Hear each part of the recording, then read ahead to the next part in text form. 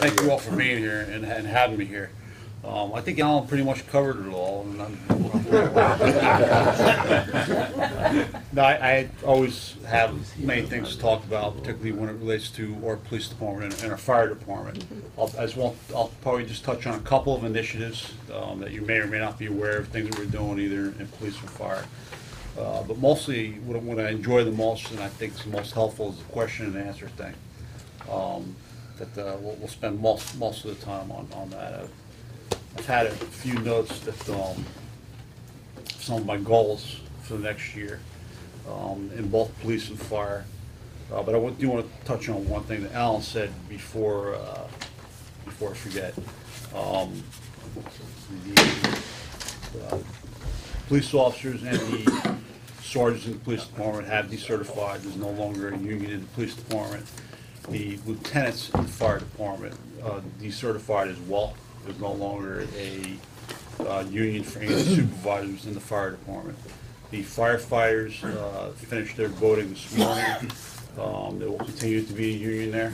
The firefighters elected to continue with the union in the fire department. But the supervisory staff, there's no unions representing either in the police or the fire. So one of the things that we worked on with the Civic Association over the past year was an AED initiative, particularly with Mike here, and we're still trying to roll that out. And essentially, AEDs, the automatic external defibrillators, they're proven to save lives. They're extremely simple to use. We've been encouraging members of the community, both the residences and our businesses and our restaurants, to purchase them. They've come way down in price. You can purchase one on Amazon or Costco for probably about $1,200. The fire department will come out and train yourself or members of the staff on how to use them. And what that does is, for every minute that passes when somebody goes under cardiac arrest, the life expectancy decreases by 10%. So realize that it's going to take some minutes for the fire rescue personnel and EMS personnel to get on scene. If you could have those that are at least getting the AED started or get it hooked up, and it's not going to provide a shock or defibrillation unless it's needed. That's proven. Put this on the ground. The chance of survival or recovery is increased by 10% for each minute that's shaved off. So with that said, our personnel will come out and train everyone in it, and then more importantly, or as important, we keep a record of your AED. We'll register it within a software that we have within the police department, and that will advise us. It takes some of the maintenance problems of keeping track of when you need to replace either the pads or the batteries. That's the only maintenance there is to an AED. We will notify whoever it is in that household that you need to replace the batteries and AEDs, and if we'll tell them where you can purchase them, and then we'll come out and even replace them ourselves. So, but what it also allows us to do is, if say in an office building, that someone were to call and one of the employees is suffering a cardiac arrest, we can tell them in this closet. We'll tell you where an AED is located in that building, and it's so simple to be trained on. It's basically shaving two areas, attaching two pads, and pushing a couple of buttons, and the computer itself, the AED, will tell you what to do. So that's one of the things we did, and we'll continue to do throughout the season. Right now, we have 120 people, 120 AEDs registered on this, so that's 120 more than we had last year within the community registered on our system. We are also improving our response mode and our response time within the fire department with something called priority dispatch. Again, we're trying to utilize, because we have cut staffing, which is the greatest expenditure in any organization, particularly in government and police and fire. But because we have reduced staff and we're relying on more technology, what the priority dispatch does, it will advise the dispatcher. It prompts them. It's written by medical doctors, and it prompts them the questions to ask when they have the person on the phone. With the information they're able to receive, they're able to pass that on to the fire rescue personnel so we can provide the appropriate response. We are also instituting a new lieutenant training program, which is our first line supervisor in the fire department. We already have a new sergeant development program instituted in the police department that's proven to be a success. It allows our first line supervisors, our new supervisors, who's never been responsible for other people, who are now responsible for supervising a team of people, it puts them on a fast track to learn all of our policies and procedures and just teach them about supervision in general, so we can give them the best start possible as they're making that first separation from a peer and a buddy to now a boss. And with leadership training in general, we recognized, myself and our command staff in both our police department and our fire department, that there was need for some leadership training. So, in addition to the training that we provide them within house, we've been bombarding them with a number of different sources. We've had a number of different speakers and programs, and it's been continual within both organizations to develop our future leadership in both departments. There's something I developed last year called a leadership succession plan, and it's not a succession plan for when I leave per se. I try to get the officers not to get too excited. It's just a plan on how to develop the leadership within both organizations, and when through attrition when people leave, and develop high quality leaders. In the fire department, we're doing something very exciting, and we're in the process. This is probably one of the things I'm most excited about. It's a telemedicine project, and we're forward thinking, we're proactive, and I'm excited to be part of the fire organization. And what that is, we're working with the AT&T right now with the technology part of it, and we're working with Good Samaritan Hospital. And what that is, when we show up on scene on a medical call, we'll have probably going to be an iPad type of device. We'll be able to talk to the emergency room physician while we're on scene at the call. I see that as the future of medicine in EMS, through all fire departments and EMS in the country. But we will be the first to jump on that cutting edge technology. So we're in the process of setting up, and I don't want to get too technical, but the hotspots within the fire rescue apparatus. With the hotspots, we'll be able to get this technology moving forward. We are now in the process. We've been in the process for the past 4 years of downsizing. As Alan said, we've been restructuring, trying to make ourselves more efficient. We did that by, particularly not try to take the boots off the ground, keep the boots on the ground, but combine supervisory positions, eliminate civilian positions.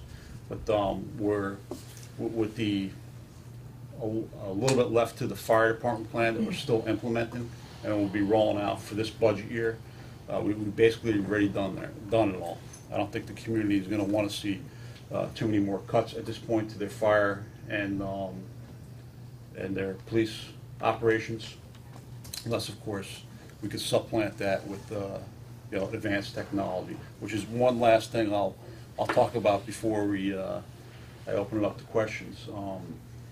I'm really excited about this. I should have brought Captain Crowell here, but you've probably heard about the camera systems, the security initiative that we've launched throughout town.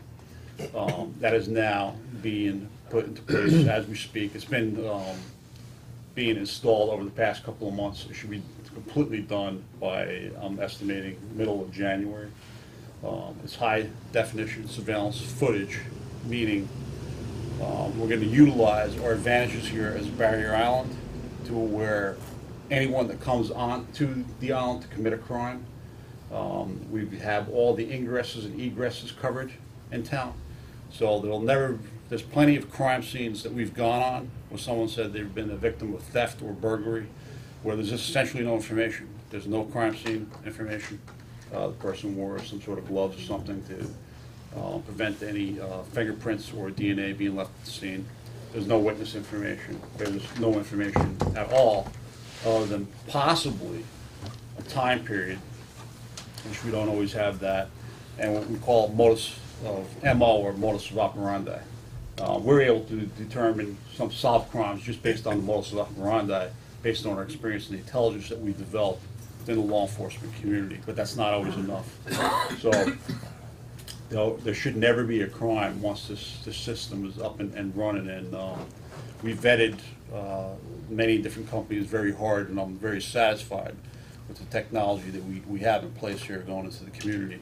There'll never be a crime we won't have some bit of information to go on, and that will be, we'll be able to, if we have a time period, we will be able to review every single person or vehicle that's come and exited that time during that period of time. And then we have something called a license plate recognition system. And why that's extremely important to this community and the safety of this community is it runs every tag that enters into town in real time, not delayed or a gap. In real time, it's running that information constantly, scanning and running tags. It runs it through the national system and the state system, and it checks every car, if they're a wanted vehicle, if it's a stolen vehicle, or there's happened to place a stolen tag on it. So that information is automatically sent to our dispatch, and dispatch will automatically send out an alert tone. We have a stolen vehicle, it's just entered, it's a Chevy, a gray Chevy, and here's the tag, and it was last seen heading east on our Royal Palm Way. We'll set up a perimeter and we'll get that vehicle stopped. Because generally, in my experience as a professional law enforcement officer, that person's usually not here to spend money in the shops and the restaurants here in town. They're here to commit crime. So the sooner we can get those people stopped and removed from the community, the better it is for all of us. Even if it's just as simple as a stolen tag, same thing. They'll steal tags from other vehicles, put it on cars so they can go on undetected. So we're excited about that part of the security initiative. It's fascinating technology, and it's going to be great for this community. It was a high cost that we spent. $400,000 of it came from our regular budget. $150,000 of it came from the Palm Beach Police Foundation, and about 150 of it came from our forfeiture funds. That's illegal proceeds that we've taken from other cases. We've taken from the criminal element. The life expectancy, say 10 years. So if it costs us 70 grand a year total, and it's not going to cost that, because I suspect there'll always be people in this community that are going to be generous and donate to keeping the community safe. That's a pretty good payoff, at least in my mind. I thank you all for listening to me, and we'll open it up to questions. Could I add something on the AED program? Sure. The Civic Association's Healthcare Committee has been working very close with your EMS department. In fact, we have a meeting here with Darrell Donato next week on that very subject. It has been said jokingly, maybe half jokingly or not so jokingly, that the best medical care you get in town is from the EMS. We have an outstanding EMS department, so considered by everyone in the field. Chief Donato estimated at one of our meetings that we have somewhere between 20 and 25 cardiac arrest deaths each year on the island. If everybody had AEDs or immediate access to AEDs, we could cut that in half. That means maybe 10 to 12 lives could be saved a year with the AEDs. So we have been working very closely with the department on furthering that program, and we hope more and more people will get them and be trained by EMS to use them, be kept up to date. Well, Chief, you've got that information already. But we'll be working very diligently on that. And we appreciate that. 10, 12 lives a year are very much worth saving. The Civic Association has helped us in getting the word out to the community about what we're offering. But I do want to add one more thing. I started off by saying that we're done with the cutting. What I was getting at, and I forgot. We're now in the process of hiring people for the first time in about 4 years. Through attrition, and we're at a point now through retirements and people, resigning, and unfortunately some people being terminated. We just hired 5 new firefighters and medics at the fire department, and we hired 6 new police officers in the police department. spent at least a bit of the summer, going through this process and screening all the applicants myself. I am very happy to say and proud to say, in the fire department, there was people that we did not hire because we don't have the positions available that we wished we could have gotten to. They were that outstanding. There were so many good, qualified, solid people. You wanted to hire them, we just didn't have the positions for them. All outstanding.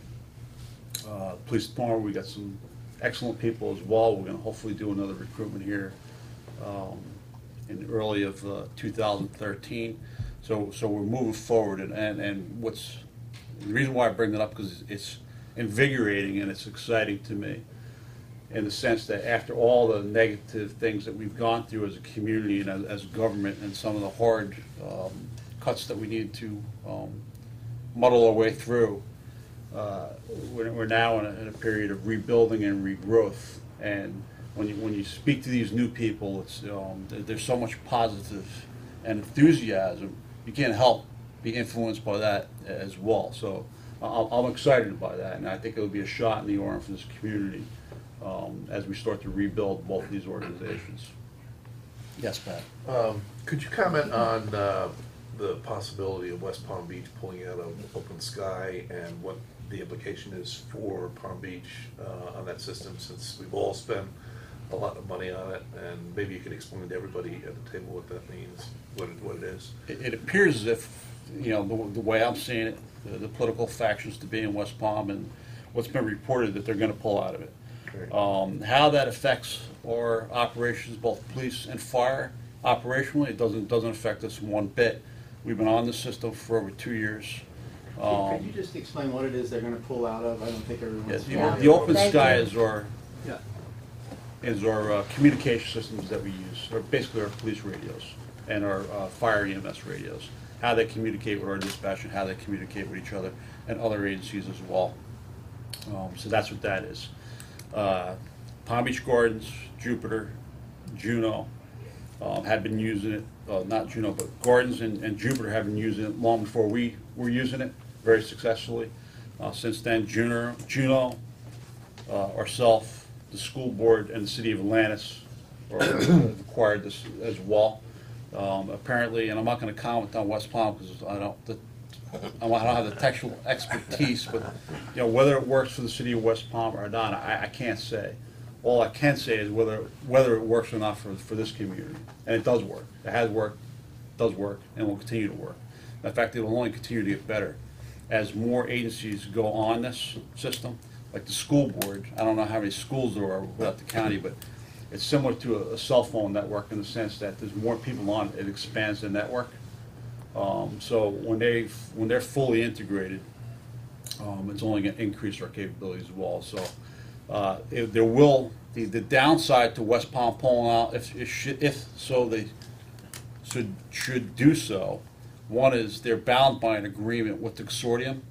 So I'm sure the attorneys will get involved, and I don't know what the outcome of that will be, but there will be an increased cost to our city and the other cities as well.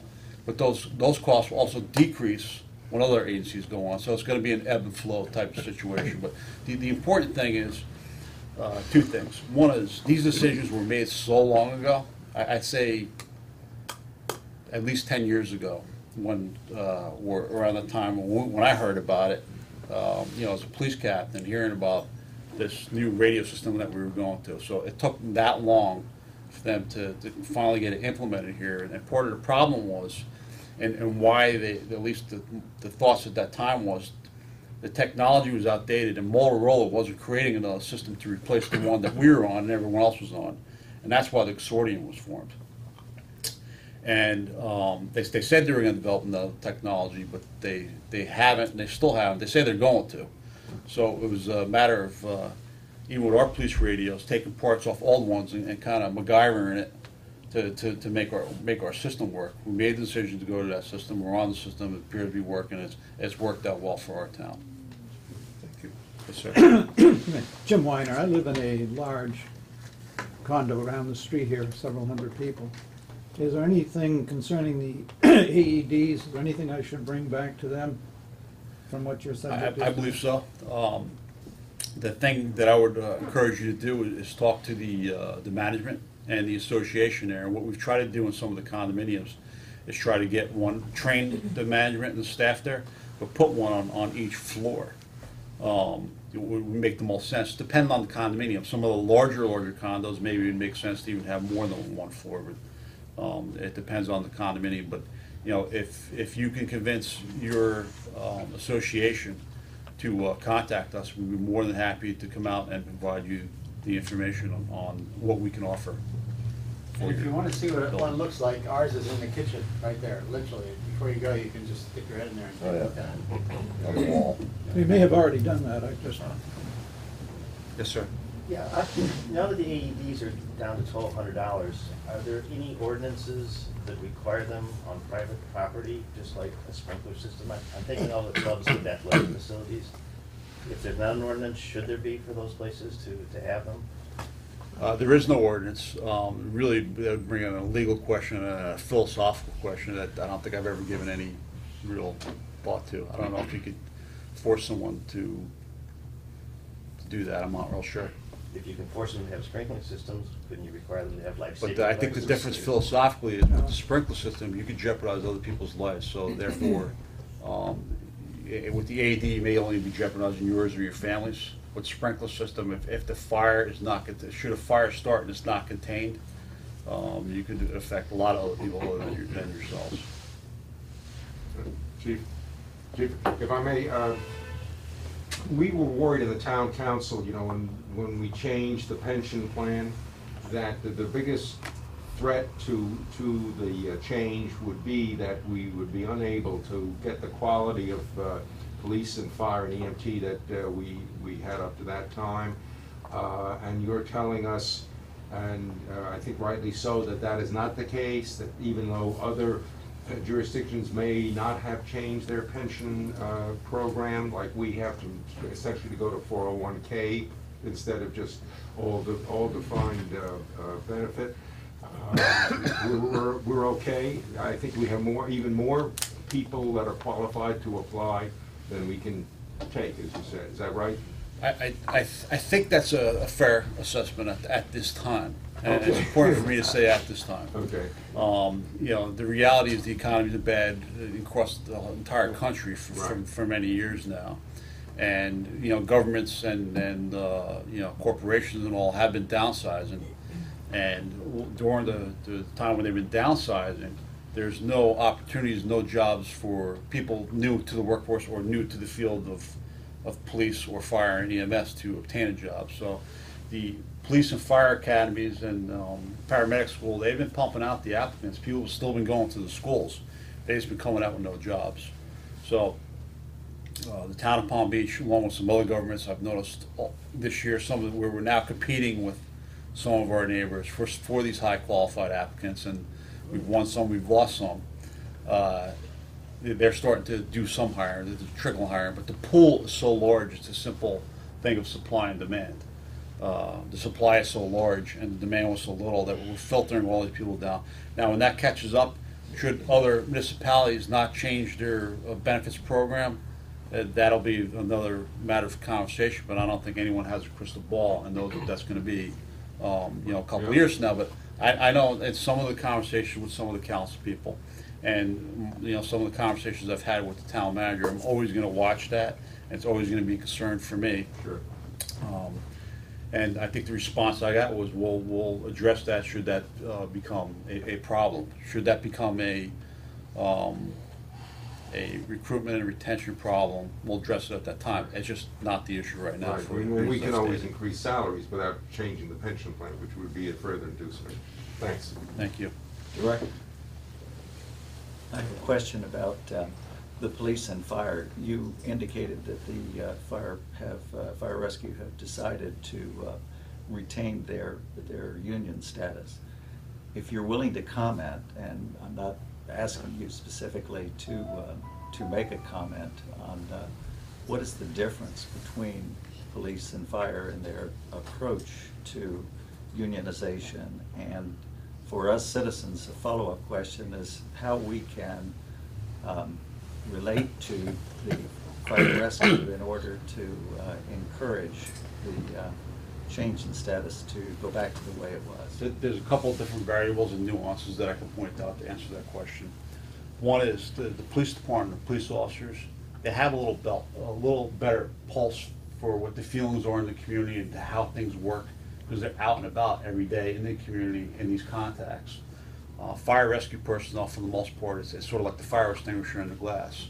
You know, not seen and used until they're needed, and then come out and they do what they need. And other than that, they're training and maintaining their equipment and things of that nature. So they don't have the same level of community contacts. And I know from being in both places, they don't have the same awareness to how things work, particularly how things work in this town.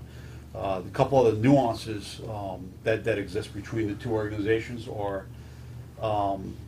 there's a belief amongst the firefighters that, and it's extremely union oriented. I have to point out the IAFF, which is the fire department union, both that exists here locally and throughout the state and throughout the country, is one of the most powerful and unionized unions in the United States.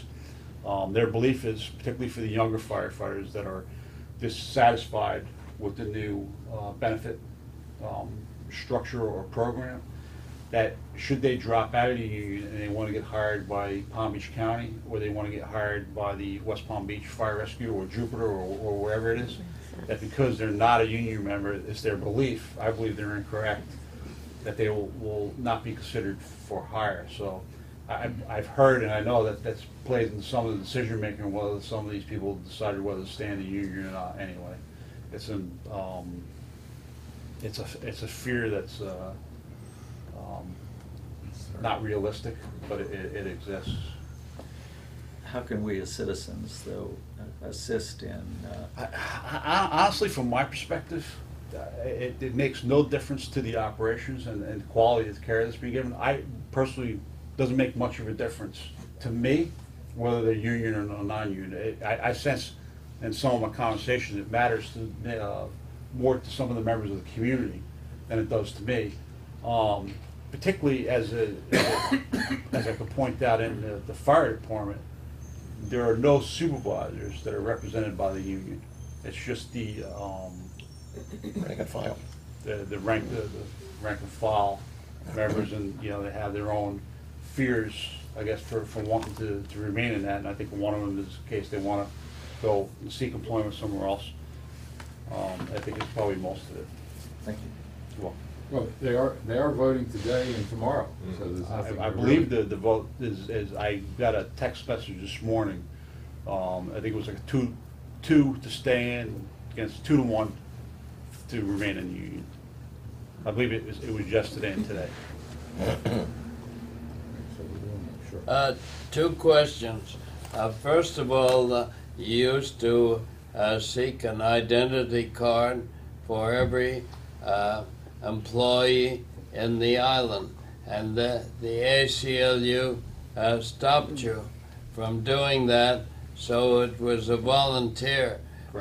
As I understand it, that you identified 70 criminals when you used to be required. Would it be worthwhile for the Civic Association to somehow or other start a campaign to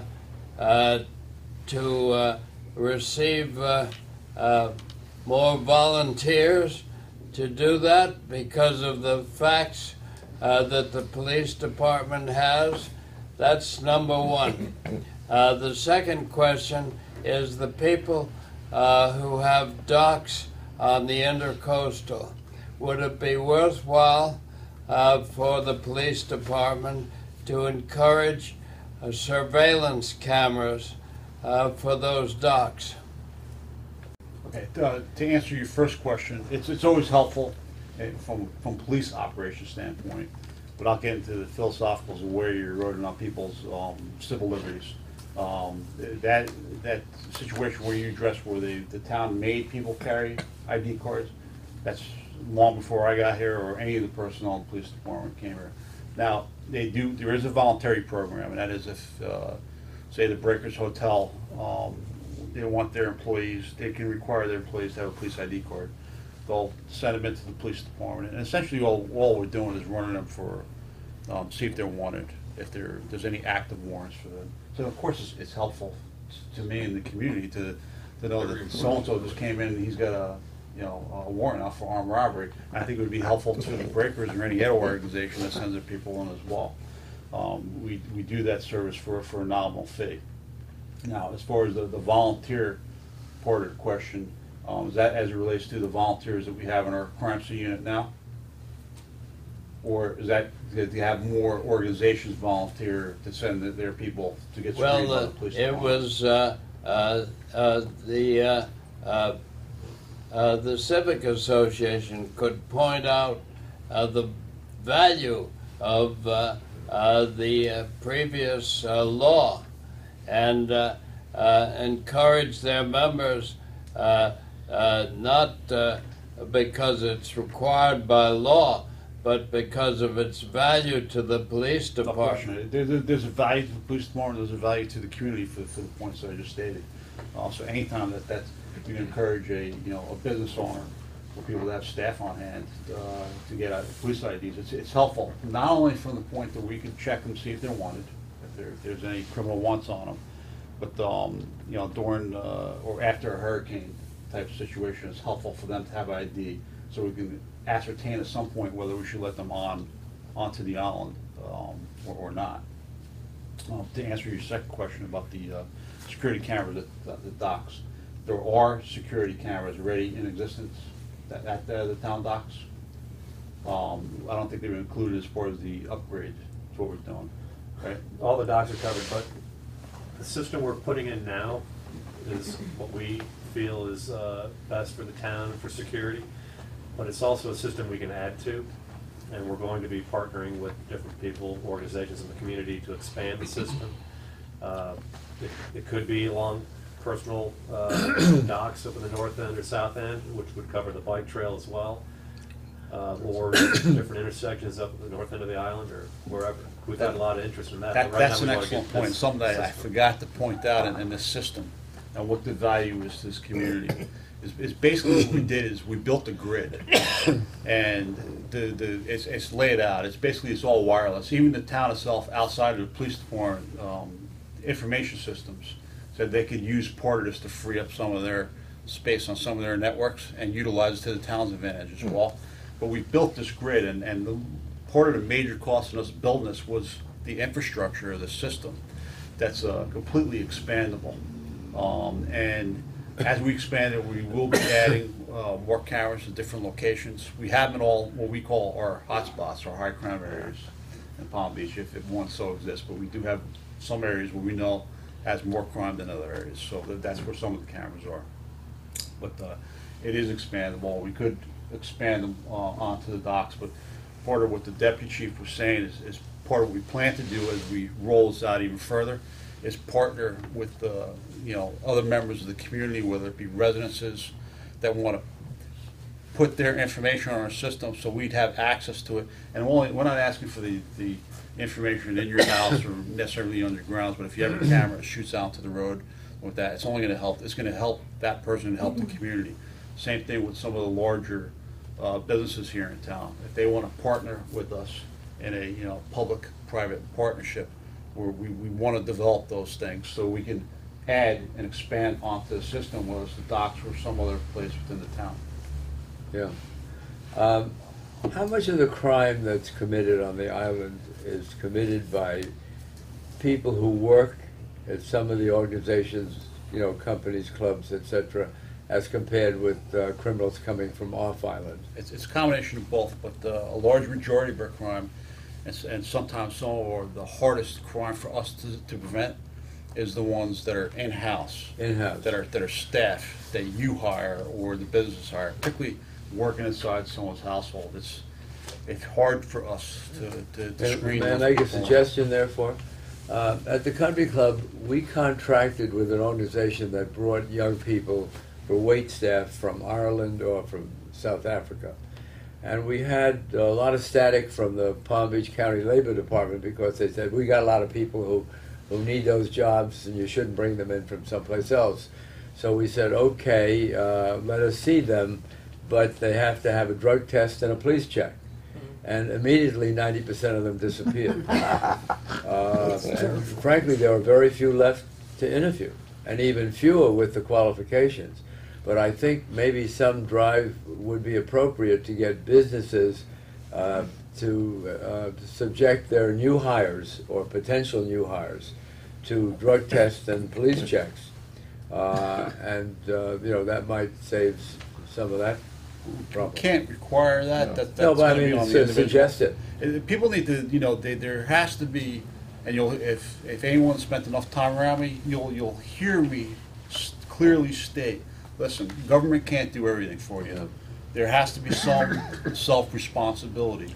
Whether it's your neighbor's dog is defecating on it, I mean, we're going to respond and we're going to take care of it the best we can. But sometimes the best course of action is when you see them doing this, going out and speaking to them. Yeah. You know, I'm not saying to confront someone in the course of someone doing a crime, but you know, we're always there to assist and keep everyone safe the best we can. But we do rely on some things, and whether it's screening your staff or hiring a company to do background checks or require them to do those things, we encourage people to do those things. The other part of your question is we do get a lot of traveling criminals, people who are more mobile.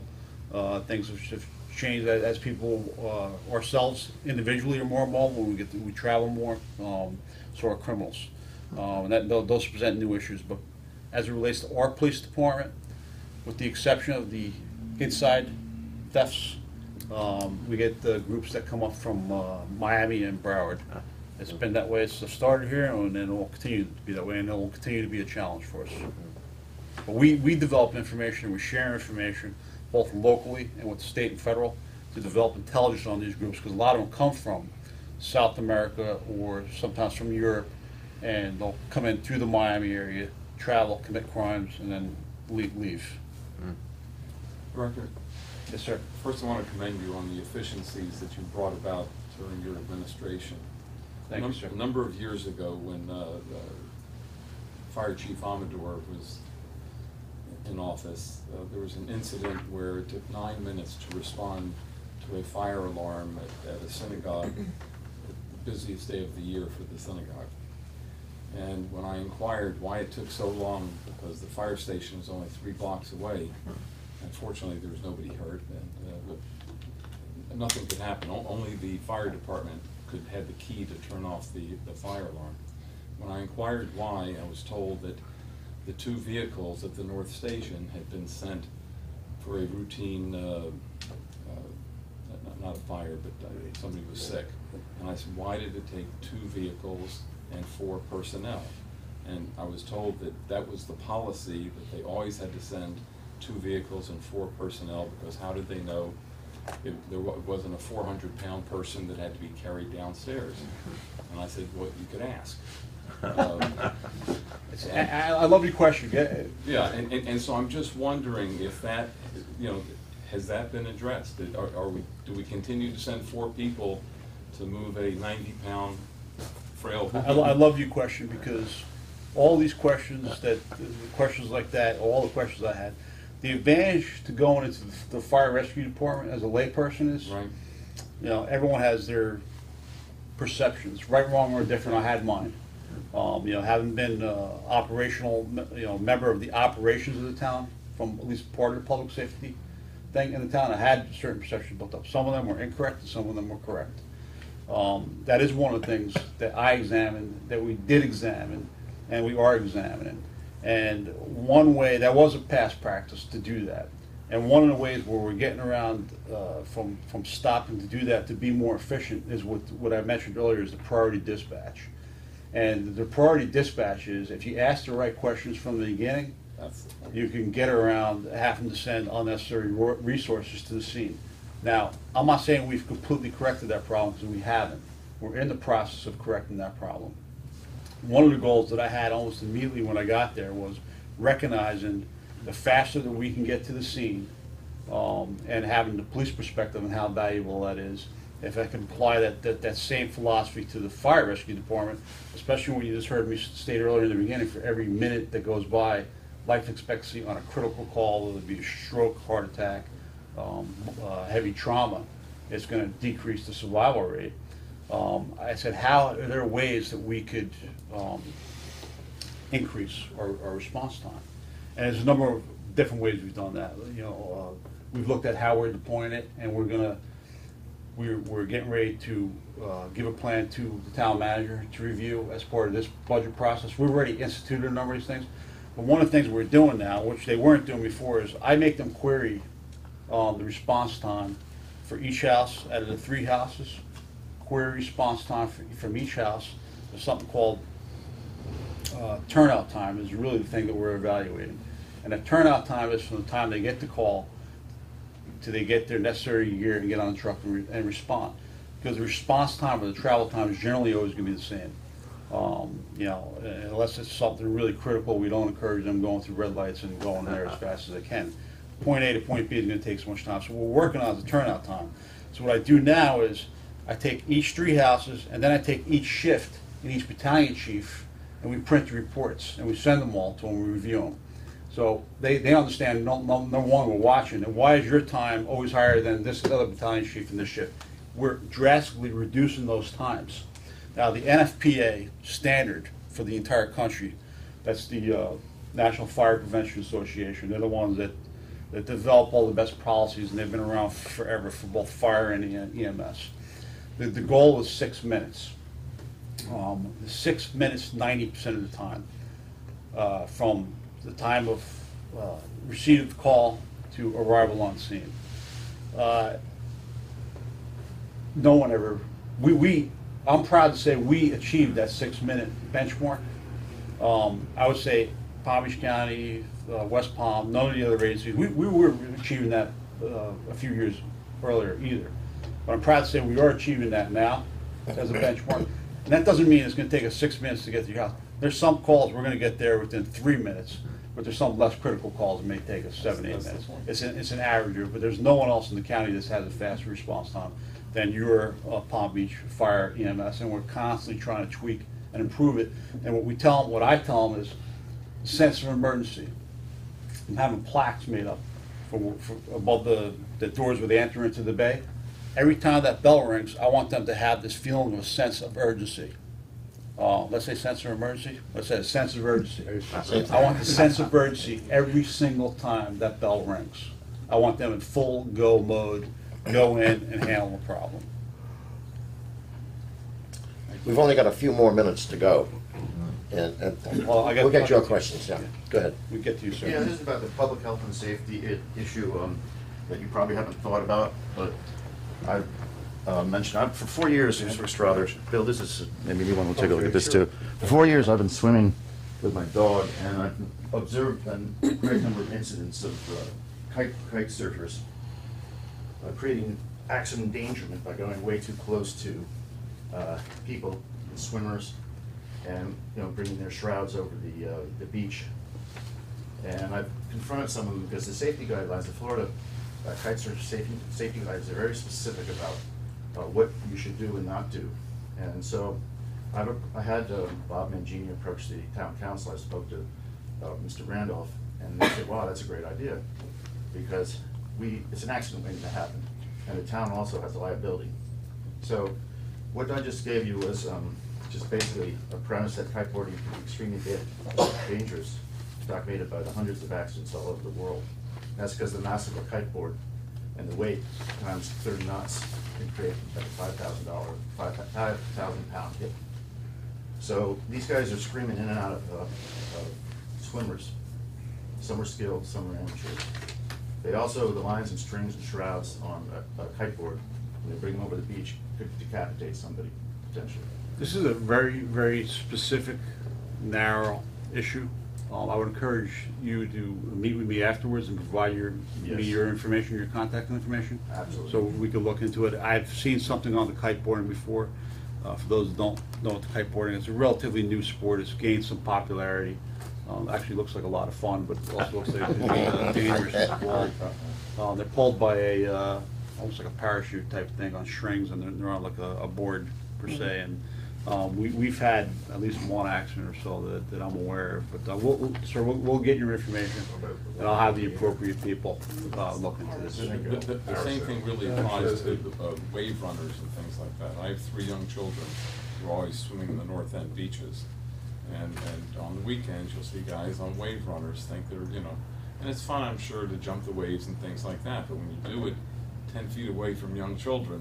You need to call us. We do have local ordinances, and we have some state measures that address those things and how far you can be from the beach. We have Marine Patrol.